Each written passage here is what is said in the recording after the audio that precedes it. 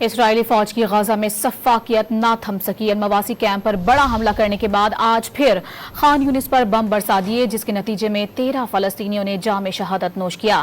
اسرائیلی حملوں کے بعد شہادتیں 40,000 کا ہندسہ عبور کر گئیں۔ قابض فوج نے مغربی کنارے میں بھی کئی نوجوانوں کو حراست میں لینے کے بعد شہید کر دیا۔ ادھر اقوام متحدہ کے سیکرٹری جنرل انتونیو گوتریس نے المواسی کیمپ پر اسرائیلی وحشت ناک حملے ناقابل قبول قرار دے دیے۔ واضح کر دیا کہ جنگ زدہ علاقے میں مزید حملے برداشت نہیں کیے جائیں گے۔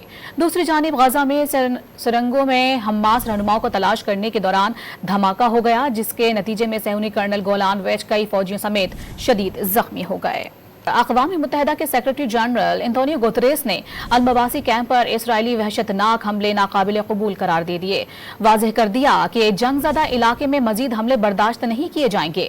دوسری جانب غزہ میں سرنگوں میں حماس رہنماؤں کو تلاش کرنے کے دوران دھماکہ ہو گیا، جس کے نتیجے میں صہیونی کرنل گولان ویچ کئی فوجیوں سمیت شدید زخمی ہو گئے۔